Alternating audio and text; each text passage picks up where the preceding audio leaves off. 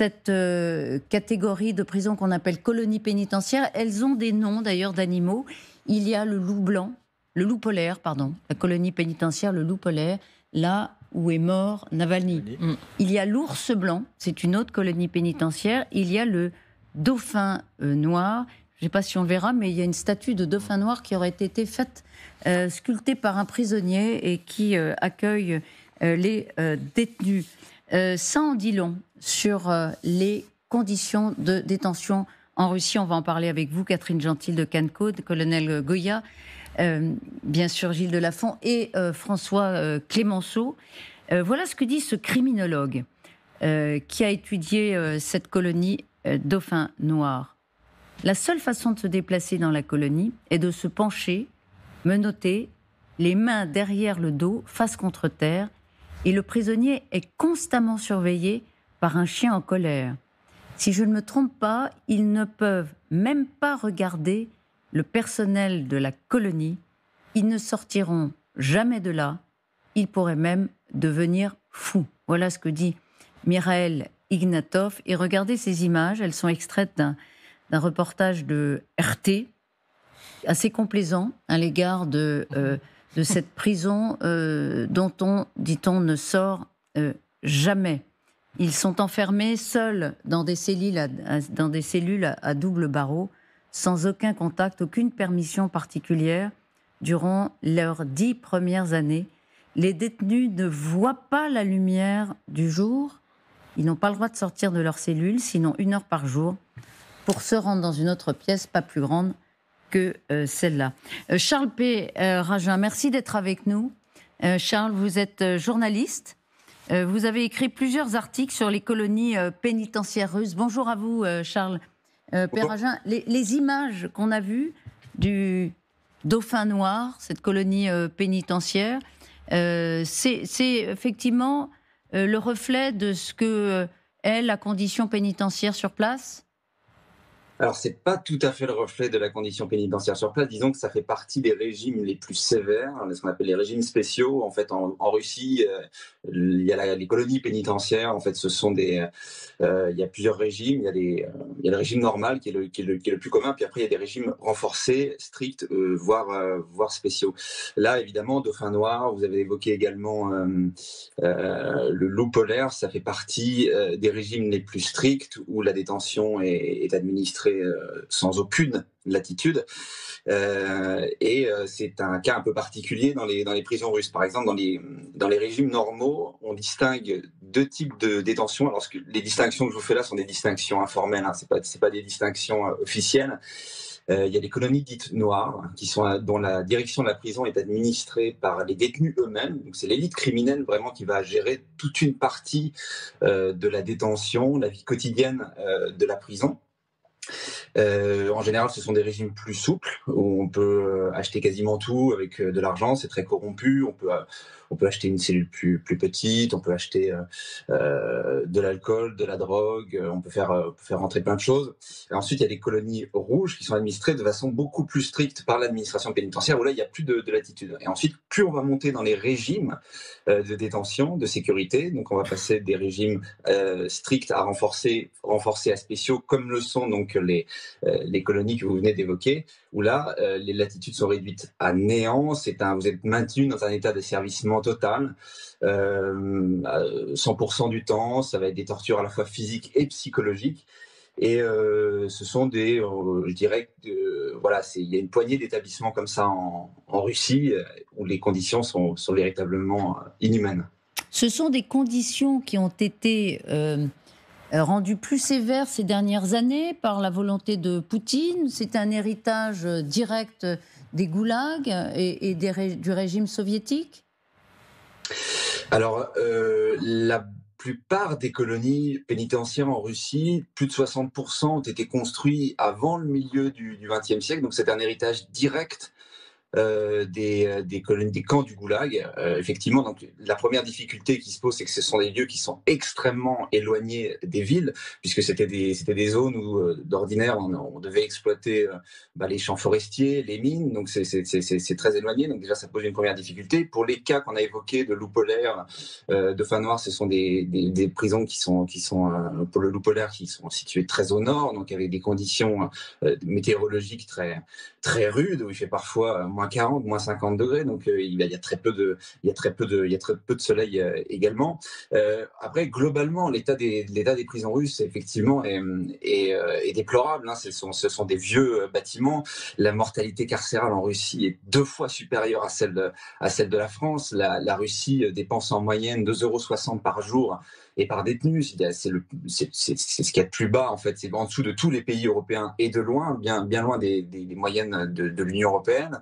On y meurt beaucoup du sida, de la tuberculose. Souvent, les détenus, pour survivre, font importer ou achètent de la nourriture parce que celle qui est servie sur place est tout bonnement immangeable. L'accès aux médecins est extrêmement compliqué. Et puis voilà, après il y a toutes les pratiques de l'administration pénitentiaire.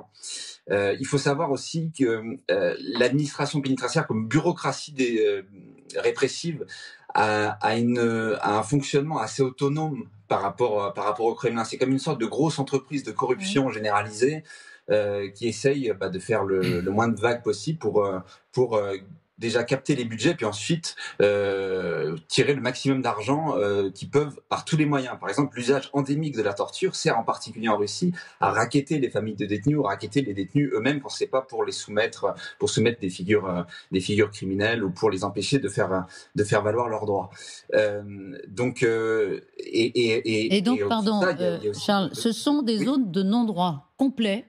Il y en a combien de ces institutions pénitentiaires qui vraiment fonctionnent comme ça? Alors, les plus stricts, les régimes les régimes spéciaux, il y en a 6 ou 7, je crois. C'est vraiment donc là celles qu'on a évoquées au début avec les régimes de détention les plus durs. Au total, il y a à peu près un peu plus de 600 aujourd'hui colonies pénitentiaires en Russie.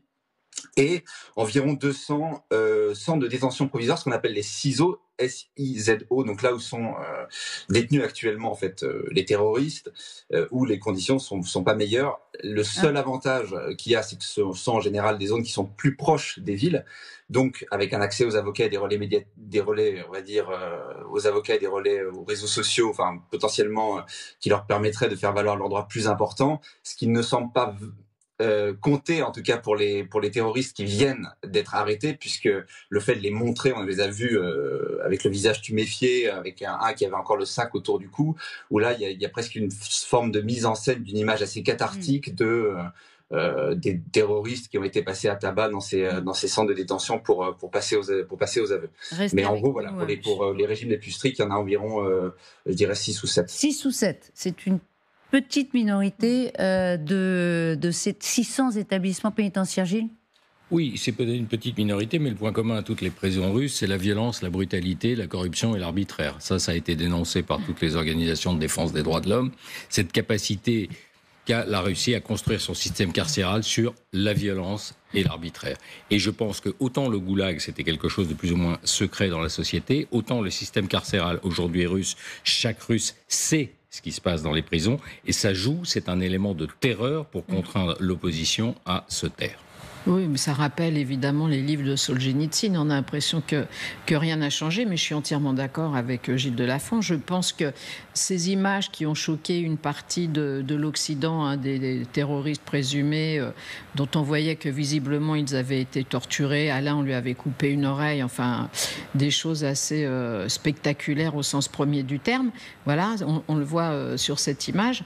En fait, pour les Russes, c'est un outil dans la possibilité possibilité à la fois de montrer leur puissance et leur force. Voilà, on ne recule devant rien. Et puis surtout pour faire passer le message que tous ceux qui songeraient éventuellement à refaire la même chose que ces présumés coupables, évidemment, savent à quel sort leur est réservé. Je pense que ça fait partie des éléments de démonstration de la force et de la capacité de vengeance, en fait, des autorités. Et c'est vrai que les images sont très impressionnantes. Alors encore une fois, ce qu'on vous a montré sont des images de RT qui fait de la propagande et qui n'en parle pas du tout pour dénoncer les conditions d'incarcération, mais pour dire à quel point ils sont performants dans la capacité d'enfermement des criminels. Oui, mais c'est un héritage en même temps. Oui. C'est-à-dire qu'on voit bien que c'est un outil, comme l'a dit Gilles, du régime, mais ça a été hérité du système soviétique. Cette prison, avant de s'appeler comme ça, elle s'appelait NKVD. C'était l'une des prisons gérées par le NKVD, qui était quand même l'organisme de police j'allais dire, les plus répressifs qui soient sous le régime soviétique. Et celle-ci a été construite du temps des tsars. Autrement dit, cet héritage de violence, effectivement, d'arbitraire, il a toujours été là, dans cette Russie impériale, puis dans l'URSS, puis aujourd'hui à nouveau dans la Fédération de Russie. C'est un moyen non seulement de contraindre, ce qu'on peut comprendre comme tout régime carcéral, mais c'est surtout effectivement un moyen d'intimidation. Pourquoi est-ce qu'on tient ces prisonniers comme ça, en les faisant regarder par terre? C'est pour qu'ils ne puissent avoir aucune sorte de repère topographique, géographique, en fait, ou personnel dans la prison. Vous n'avez plus rien d'humain quand vous ne pouvez pas croiser le regard d'un autre humain. Vous ne voyez que le sol toute la journée, il n'y a pas d'interaction, il n'y a pas d'expression qui soit possible. Ça va beaucoup plus loin que ça. Il y a des viols répétés. Oui, les viols sont filmés.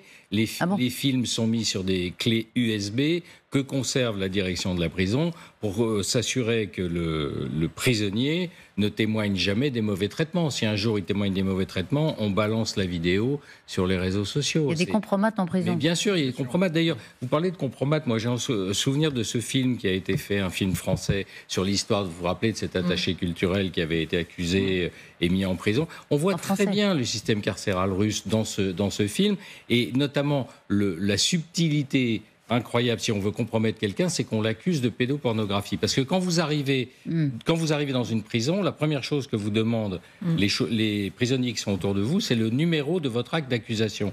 Parce que selon ce numéro, on sait de quoi vous êtes accusé. Oui, mais là, il n'y a même pas de contact entre les détenus. L'idée, c'est de faire en sorte qu'ils soient tellement isolés qu'ils en deviennent... fou. Non, mais moi, ce que je veux dire, c'est Colonel Goya, contact avec rien. Il n'y a pas de livre, il n'y a pas de... Il n'y a pas de livre. Les 10 premières années, pas en 10 ans. Donc, vous êtes tout seul dans votre cellule à regarder le mur, quoi. Et c'est terrible. Alors, la Russie a fait un moratoire sur la peine de mort. Effectivement, mais certains disent, mais de toute façon...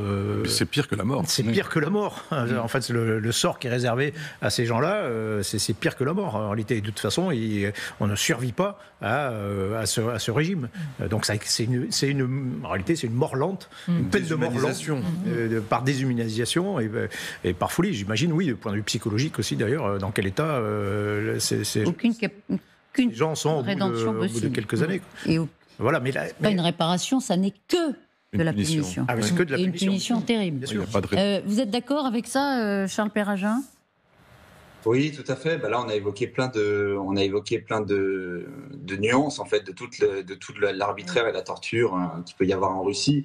Dans les colonies à régime général, ça va être effectivement toute une gradation dans la prison entre, on va dire, les rois de la pègre qui font la loi et puis des personnes qui vont être assignées à des parias pour faire les tâches les plus dégradantes dans une prison, notamment ceux qui sont condamnés pour des affaires sexuelles ou de pédophilie, et qui doivent en permanence crier le numéro du code pénal auquel est associée leur condamnation. Il y a des tortures physiques, vous avez évoqué, avec les viols avec des objets, des chocs électriques, etc. Il y en a plein.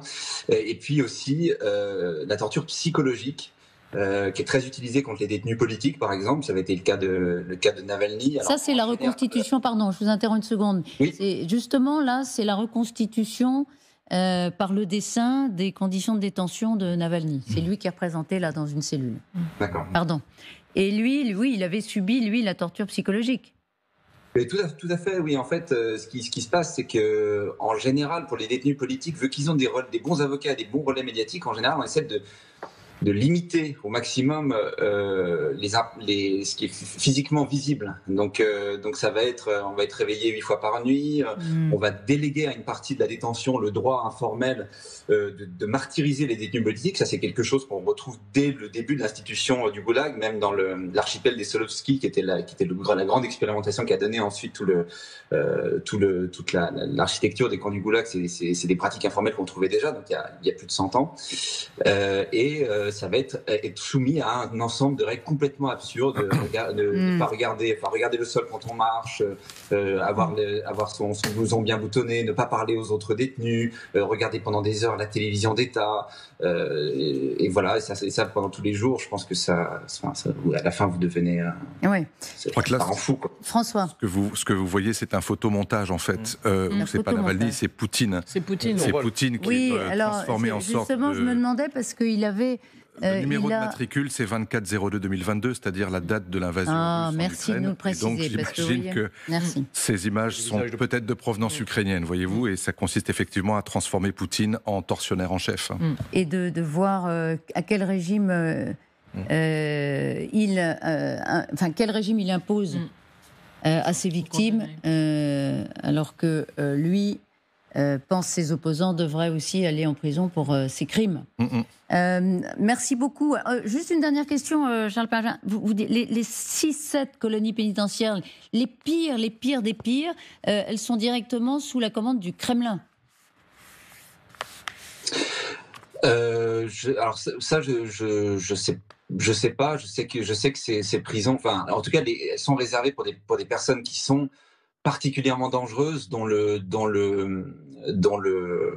qui sont en général condamnées à vie ou alors pour des périodes très longues. Il est évident que le Kremlin, par l'intermédiaire de différents services, a toujours des moyens et des ressorts pour intervenir plus ou moins directement au sein de l'administration pénitentiaire. Mais globalement, étant donné que la Russie est un pays très vaste qui a beaucoup de colonies pénitentiaires, les bureaucraties répressives jouissent d'une forme d'indépendance dans leur organisation et d'opacité en fait, qui est en elle-même problématique, puisqu'elles deviennent complètement coupées de la société civile. Vous pensez que les 4 terroristes, s'ils étaient transférés, par exemple, dans le Dauphin Noir ou l'Ours Blanc, ce sera médiatisé ou pas?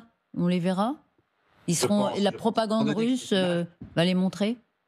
Étant donné qu'on a déjà eu des images qui les montraient vraiment torturés, je pense que le pouvoir va essayer d'utiliser un petit peu, comme je disais, cette image cathartique de montrer, et vengeresse, de les montrer... de montrer la douleur infligée en retour à l'acte horrible qu'eux ont commis. Donc je pense que ça va être utilisé à l'avantage, en tout cas, du pouvoir, qui va montrer que c'est un pouvoir fort et qui peut infliger en retour des sévices corporels à ceux qui ont osé s'attaquer à la Russie. Je crois que même que Medvedev a parlé de vouloir suspendre le moratoire sur la peine de mort. Enfin, exactement. Merci beaucoup, Charles Perrin, d'avoir été avec nous. C'était très précieux de vous entendre, compte tenu de la connaissance que vous avez des arcanes pénitentiaires, carcérales russes. Et si on en voulait la preuve, comme vous disiez, colonel, qu'on ne sort pas vivant de ces colonies pénitentiaires, Navalny, il en est mort. Il y est mort. Dans des conditions qu'on ne connaîtra peut-être jamais.